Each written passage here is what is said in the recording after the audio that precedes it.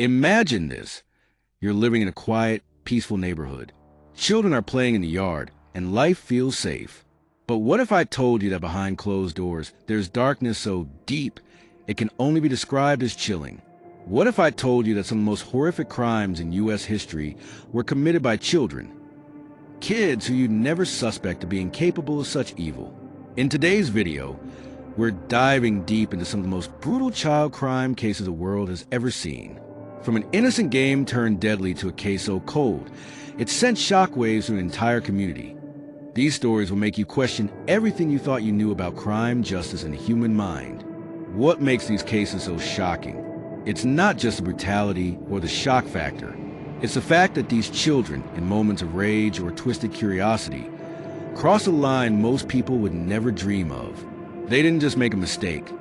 They committed crimes so violent, so cold, that they left a permanent scar on the hearts of everyone who heard their stories. Take a moment to think about it. How young is too young to truly understand the way of a crime?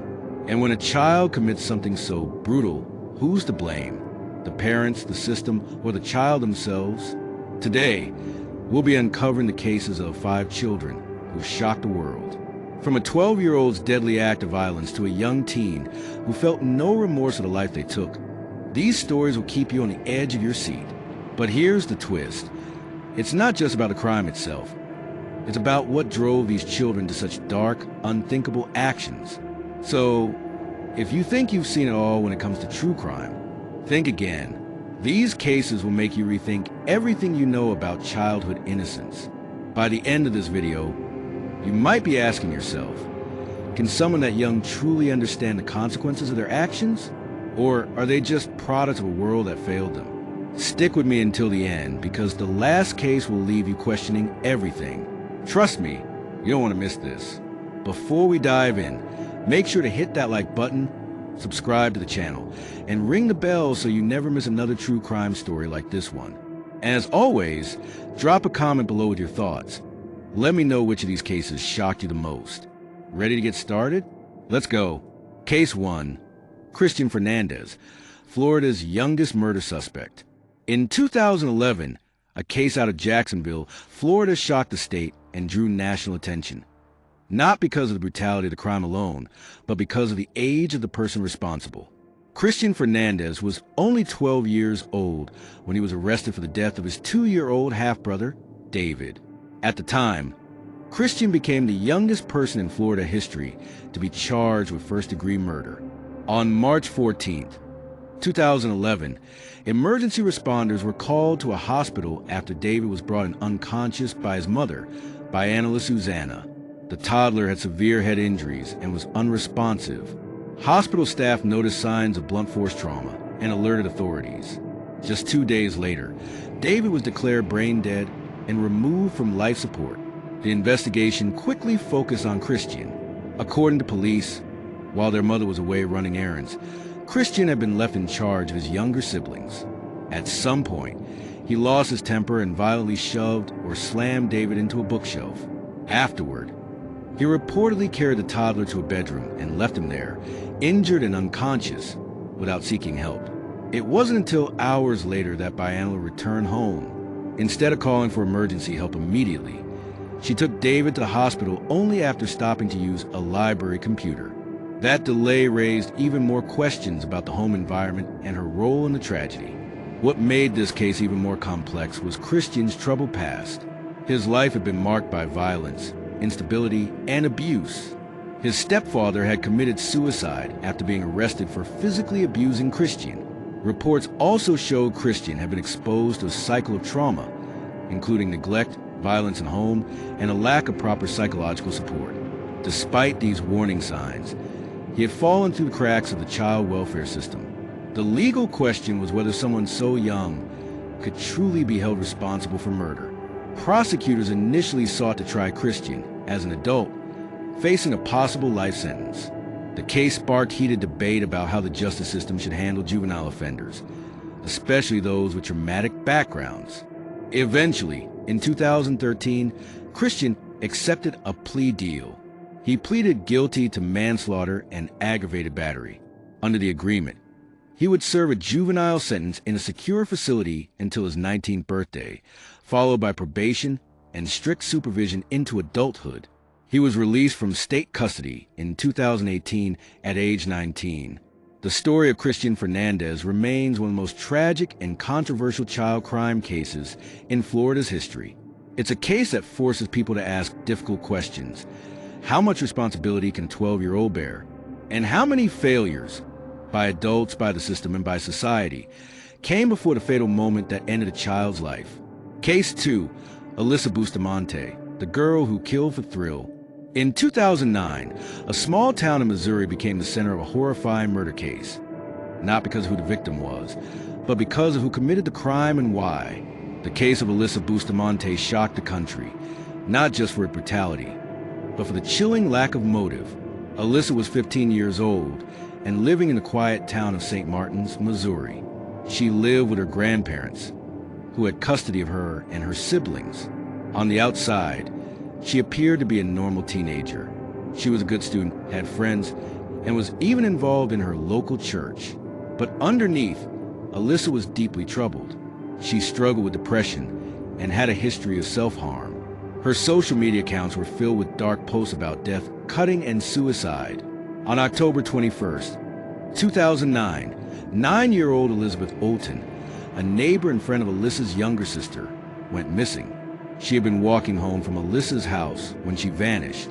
A massive search began immediately, and suspicion quickly turned toward Alyssa, who was one of the last people to see Elizabeth alive. Police questioned her, and over the next few days, her story began to unravel. Eventually, Alyssa led investigators to a shallow grave in the woods behind her house.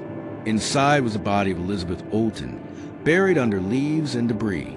She had been strangled, stabbed, and her throat had been slashed. But what truly disturbed investigators wasn't just a murder. It was Alyssa's reason for doing it. During questioning, Alyssa confessed to killing Elizabeth because she wanted to know what it felt like to kill someone. She had pre-dug 2 graves in the woods days before the murder and lured Elizabeth there under the guise of going for a walk. After the killing, she wrote in her journal that it felt amazing and pretty enjoyable. She described the act in chilling detail and ended the entry with the words, "OMG, I'm such a psychopath." Initially charged as a juvenile, Alyssa was later certified to stand trial as an adult. She eventually took a plea deal, pleading guilty to second-degree murder and armed criminal action. In 2012, she was sentenced to life in prison with the possibility of parole, plus an additional 30 years. The case raised serious concerns about youth mental health and the signs that were missed. Alyssa had been on antidepressants and under psychiatric care at one point, but many believed she hadn't received the help she needed. Others argued that her actions were simply evil, that some people, no matter their age, are capable of unthinkable violence. What makes this case stand out is the apparent lack of any real motive beyond curiosity. It wasn't revenge, jealousy, or rage. It was cold experimentation. And that's what makes the murder of Elizabeth Olton one of the most haunting child crime cases in recent memory. Case 3, Tyree Smith, the teen who committed a cannibalistic murder. In January 2012, police in Bridgeport, Connecticut uncovered one of the most grotesque and disturbing crimes ever committed by a teenager, a crime that would leave even seasoned investigators shaken. The perpetrator was 17-year-old Tyree Smith. At first glance, he didn't seem much different from any other troubled teen. But as details of his crime came to light, it became clear that this case was unlike anything authorities had seen before. Tyree was living with relatives in Connecticut when he committed the murder. According to police, Tyree left his aunt's house late one night and entered an abandoned house nearby. There, he encountered a homeless man named Angel Gonzalez, a 43-year-old who had occasionally used a vacant home for shelter. What happened next was almost too horrific to believe. Tyree attacked Gonzalez with a hatchet, bludgeoning him to death. But the brutality didn't end there. After killing Gonzalez, Tyree told police he mutilated the body. He admitted to removing parts of the man's brain and an eyeball, then walked to a nearby cemetery and consumed them. He later described eating them in detail, saying he did it because he'd been having dreams about murder and cannibalism. He believed the dreams were telling him to act, and he listened. Days after murder, Tyree confessed everything to a cousin while they were traveling on a bus together.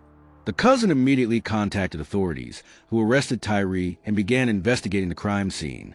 When police entered the abandoned house, they found Gonzalez's mutilated body, just as Tyree had described. Blood covered the floor and walls. A broken hatch was found nearby. The evidence left little doubt that the teenager's confession was accurate. Tyree was charged with murder and later underwent a psychological evaluation. Doctors diagnosed him with a serious mental illness and declared him not guilty by reason of insanity. He was committed to a high-security psychiatric hospital rather than being sent to prison. This outcome drew strong reactions from the public. Some were horrified by the crime and believed Tyree should face life in prison. Others saw it as a tragic example of untreated mental illness spiraling into violence. What makes Tyree Smith's case so chilling is not just the act of murder, but the complete lack of empathy or remorse he showed. He spoke about the killing and the cannibalism in a calm, matter-of-fact tone, as if he was describing something routine. For many, this was the most unsettling detail of all. Unlike many of the offenders who act out due to trauma or desperation, Tyree's actions appear calculated, delusional, and deeply disconnected from reality. His case remains one of the rare examples of teenage cannibalism in the United States, a terrifying reminder that sometimes the darkest impulses can take root at a very young age. Case 4. Eric Smith, a child killer hiding in plain sight. In August 1993, the town of Savona, New York, a quiet, rural community, was shaken by a crime that no one saw coming. The victim was a 4-year-old boy named Derek Roby. The person responsible was not a stranger, not an adult predator, but a 13-year-old boy from the neighborhood, Eric Smith. Derek Roby had been walking alone to a local summer camp less than a block from his home. It was the first time his parents allowed him to go by himself. He never made it there. Later that day, after his disappearance was reported, police found his body in a small wooded area near a footpath he would have taken. The scene was gruesome. Derek had been strangled. His head had been crushed with rocks, and a stick had been inserted into his body. It was a senseless and violent death, one that left both investigators and the community horrified. Initially, police had no leads. There were no witnesses, no known threats, and no reason to suspect anyone in particular. But just a few days later, Eric Smith approached officers, saying he had seen Derek the morning he disappeared. At first, it seemed like he was just another concerned neighbor. But inconsistencies in his story raised suspicions, and eventually, Eric confessed of murder. According to his confession, Eric lured Derek off the path and into the woods. Once they were out of sight, he threw a large rock at the boy's head, strangled him, and continued the attack even after Derek had stopped moving. There was no clear motive. Eric said he was angry about being bullied at school and needed to take out his frustration on someone. Tragically, he chose a defenseless 4-year-old. Eric Smith didn't have a criminal background or a history of violent behavior. He was known for being socially awkward, often teased by classmates for his red hair and thick glasses. But no one imagined he was capable of murder. Because of the severity of the crime, prosecutors decided to try him as an adult. In 1994, he was found guilty of second-degree murder and sentenced to 9 years to life in prison. Over the years, Smith appeared before the parole board multiple times, but was consistently denied release. Derek's parents attended nearly every hearing, arguing that Eric had never truly shown remorse and should remain behind bars. After 27 years in prison, Eric Smith was finally granted parole in 2021 at the age of 41. His release reignited public debate. Can a child who commits a horrific crime ever truly be rehabilitated? And should they be allowed to return to society? Eric Smith's case is one of the most disturbing examples of a child killer in American history, not just for the brutality of the act, but for how ordinary he seemed. It serves as a haunting reminder that darkness can exist in even the most unexpected places. Case 5, Joshua Phillips, the boy who killed his friend. In 1998, a case out of Jacksonville, Florida, stunned the nation for its tragic combination of friendship, betrayal, and shocking violence. The perpetrator was just 14 years old, Joshua Phillips. His victim, an 8-year-old girl named Maddie Clifton, who lived next door. The story begins in the quiet neighborhood where Joshua and Maddie grew up. Joshua was a typical teenager, known to his neighbors as a shy and quiet boy. He was friends with Maddie, and she often played at his house. On November 3rd, 1998, Maddie went outside to play but didn't return home. Her mother, Rebecca Clifton, grew worried after hours passed, and she called the police to report Maddie missing. The search for Maddie lasted for several days, with local law enforcement and volunteers combing the area. However, Joshua Phillips, who had been one of the last people to see Maddie that day, seemed unfazed by the search. He even joined in the efforts to find her, as the entire neighborhood hoped for a safe return. But what no one knew was that Maddie had been right under their noses the entire time. She'd been lying dead in Joshua's home, hidden in a small space under his waterbed. The circumstances of her death were both heartbreaking and chilling. Joshua's confession came when Maddie's body was finally discovered in his room. He explained that while the two were playing together, an argument broke out. In a fit of rage, Joshua struck Maddie with a baseball bat, hitting her in the head. Afterward, he panicked to cover up the crime. He hid her body under the waterbed and continued to pretend that nothing had happened. He even helped look for Maddie while her body remained just a few feet away. Joshua's cold and calculating actions led to his arrest. He was charged with first-degree murder, and the case became one of the most disturbing instances of a child killing another child in U.S. history. What made this case especially tragic was a profound sense of betrayal. Joshua had not just killed Maddie. He had been her friend, her neighbor, someone she trusted. The fact that he concealed her body and lied for days only deepened the horror of the crime. In 1999, Joshua was convicted of first-degree murder and sentenced to life in prison without the possibility of parole. His defense team argued that he had been under the influence of stress and immaturity, but the brutality of the crime left little room for sympathy. This case sparked debates about juvenile justice and whether children as young as Joshua should be tried as adults. It also raised the question of how to deal with young offenders who commit horrific acts, especially when they seem capable of such deliberate violence. Joshua Phillips' story remains a disturbing reminder of the darkness that can lurk behind closed doors, even the most unsuspecting of places. The murder of Maddie Clifton is one of the most tragic and unsettling examples of a child crime in U.S. history. 5 chilling cases, each one a reminder of the unimaginable darkness that can exist in the minds of the youngest among us. These stories serve as a haunting wake-up call about the importance of mental health, early intervention, and the sometimes terrifying reality that children, too, can commit unimaginable acts of violence. If these cases left you questioning the boundaries of juvenile crime and wondering what should be done to prevent more tragedies like these, make sure to leave your thoughts in the comment below. I'd love to hear what you think.